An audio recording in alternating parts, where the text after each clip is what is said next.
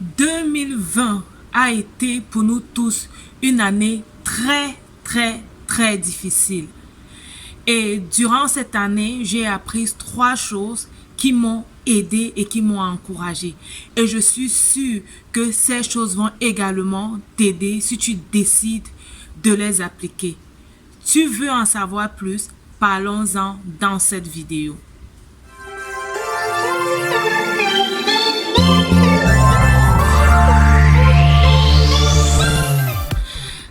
Salut, bienvenue à quelques minutes d'encouragement. Je suis Myriam, ta motivatrice spirituelle.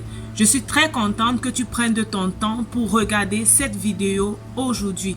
Dans la vidéo d'aujourd'hui, je vais partager avec toi les 3 choses que j'ai apprises durant cette année 2020, année très difficile pour plusieurs d'entre nous. Mais ces 3 choses, l'application de ces choses m'ont permis de garder la tête haute face aux difficultés. Malgré les difficultés, ces choses m'ont permis de rester confiante, et avec ces 3 choses, je suis prête à aller à l'année prochaine. Si tu es sur cette chaîne pour la première fois, je t'encourage à t'abonner parce que dans cette chaîne, je partage avec toi les trucs et astuces, les conseils qui vont t'aider à réaliser tes projets, des conseils qui vont également t'aider à vivre une vie de couple épanouie, une famille épanouie, une famille heureuse pour la gloire de Dieu. Comme je te disais, l'année a été difficile, non pas seulement pour toi, mais aussi pour moi.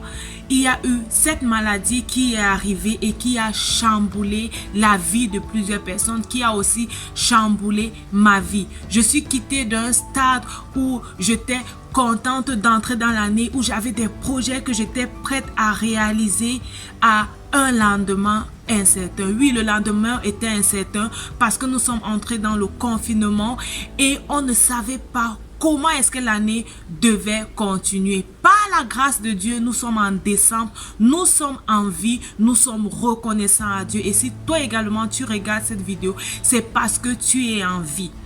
Les choses qui m'ont permis de être prête à affronter ce qui se passait, à garder le moral haut, et ces choses également que je veux amener dans l'année 2021, je tiens à les partager avec toi parce que je suis certaine que si tu appliques également ces choses, si tu te positionnes dans ces attitudes-là, tu vas avoir de la joie. Tu vas vivre une vie réellement heureuse sur cette terre.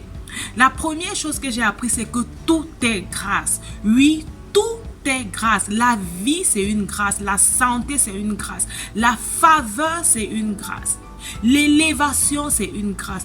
Posséder des biens, c'est une grâce. Et ne pas en posséder, c'est une grâce. Tu es surprise? Oui, ne pas en posséder, c'est une grâce. Parce que lorsque tu ne possèdes pas, tu désires posséder et tu t'appliques également à des choses qui vont t'aider à posséder. Quelles sont les choses qui vont t'aider réellement à posséder? C'est la discipline, la confiance en Dieu, une vie de discipline et une vie confiante en Dieu. Tout est grâce. C'est alors pourquoi tu ne dois pas envier les autres. Parce que les autres vivent dans leur grâce. Les autres vivent dans la grâce que Dieu a décidé de les accorder. Et toi, profite de la grâce dans laquelle tu vis. Profite de la grâce que Dieu a décidé également de t'accorder. Et parce que tout est grâce, nous allons aller dans la deuxième attitude. La deuxième chose qui m'a aidé, c'est la reconnaissance. La reconnaissance. Être reconnaissante en Dieu de ce qu'il fait. Savoir dire merci. Savoir que ce que j'ai, c'est une grâce, je suis reconnaissante. Et ce que je n'ai pas, je suis reconnaissante parce que Dieu me donne toutes choses en son temps. Dieu fait pour moi toutes choses bonnes en son temps. C'est pourquoi j'ai appris à être reconnaissante. Reconnaissante pour la vie, reconnaissante pour ma famille, reconnaissante pour ma santé, reconnaissante pour ce que j'avais, reconnaissante aussi pour ce que je n'avais pas. Et cette attitude de reconnaissance m'a permis d'être toujours dans la joie. La Bible te dit, réjouissez-vous dans le Seigneur. Réjouissez-vous en toutes choses, réjouis-toi. J'aime particulièrement ce livre de Philippiens 4, qui est un livre très riche. Je t'encourage à lire parce que là, tu comprends que tu dois te réjouir, tu comprends que tu ne dois pas t'inquiéter et tu comprends également que tu dois développer des pensées et des attitudes qui glorifient Dieu. Alors, lorsque tu as compris que tu dois être reconnaissant, tu comprends qu'il s'agit du temps en fait. Le temps est précieux. Ton temps est précieux. Le temps que tu vis est précieux. Le temps qui passe ne reviendra plus. Hier n'est pas aujourd'hui et demain ne sera pas aujourd'hui. Alors tu comprends qu'il est important de maximiser ton temps. Ce sont des choses que j'ai compris. J'ai compris que je devais maximiser mon temps. Et je t'encourage à maximiser ton temps. Il n'est plus le temps de perdre avec les gens qui ne t'apportent rien. Il n'est plus nécessaire d'être avec des gens qui t'amènent au contraire à t'éloigner de Dieu, qui t'amènent à t'éloigner de tes objectifs. Ton temps est précieux. Utilise ton temps à bon escient. Utilise ton temps pour réaliser ces projets que tu as. Utilise ton temps pour travailler sur ta vie, pour travailler sur ta famille, pour travailler sur tes enfants, pour travailler dans ton couple. Utilise ton temps pour te rapprocher de Dieu et dire à Dieu, façonne-moi, utilise-moi pour ta gloire, montre-moi ce que je dois faire avec ce temps que j'ai.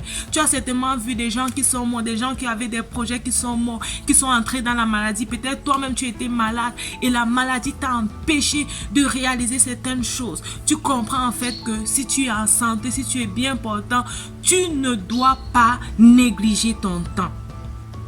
Ton temps est précieux. Il n'est pas là pour que tu l'utilises pour les commérages. Il n'est pas là pour que tu l'utilises pour les telenovelas, les distractions du matin au soir. Tu étais en confinement, mais comment est-ce que tu as géré ton temps?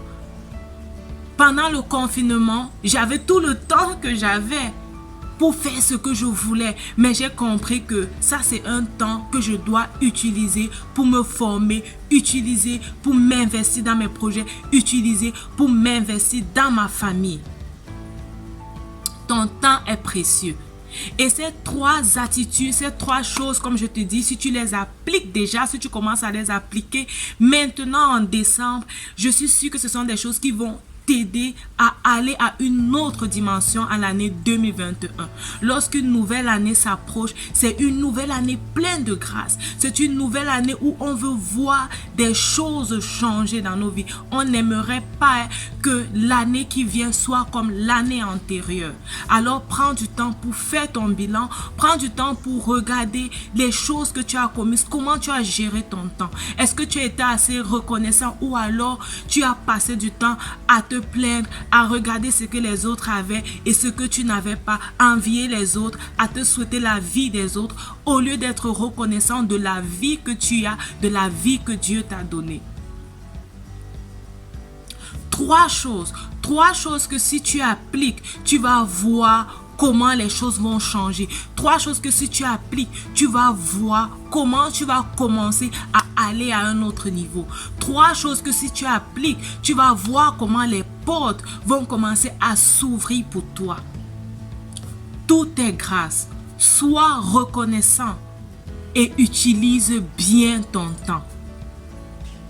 Que Dieu te bénisse. Rappelle-toi, ta vie, c'est un don de Dieu et la façon dont tu la vis, c'est un don que tu fais à Dieu. Que Dieu te bénisse et on se dit à bientôt pour quelques minutes d'encouragement. Bye bye.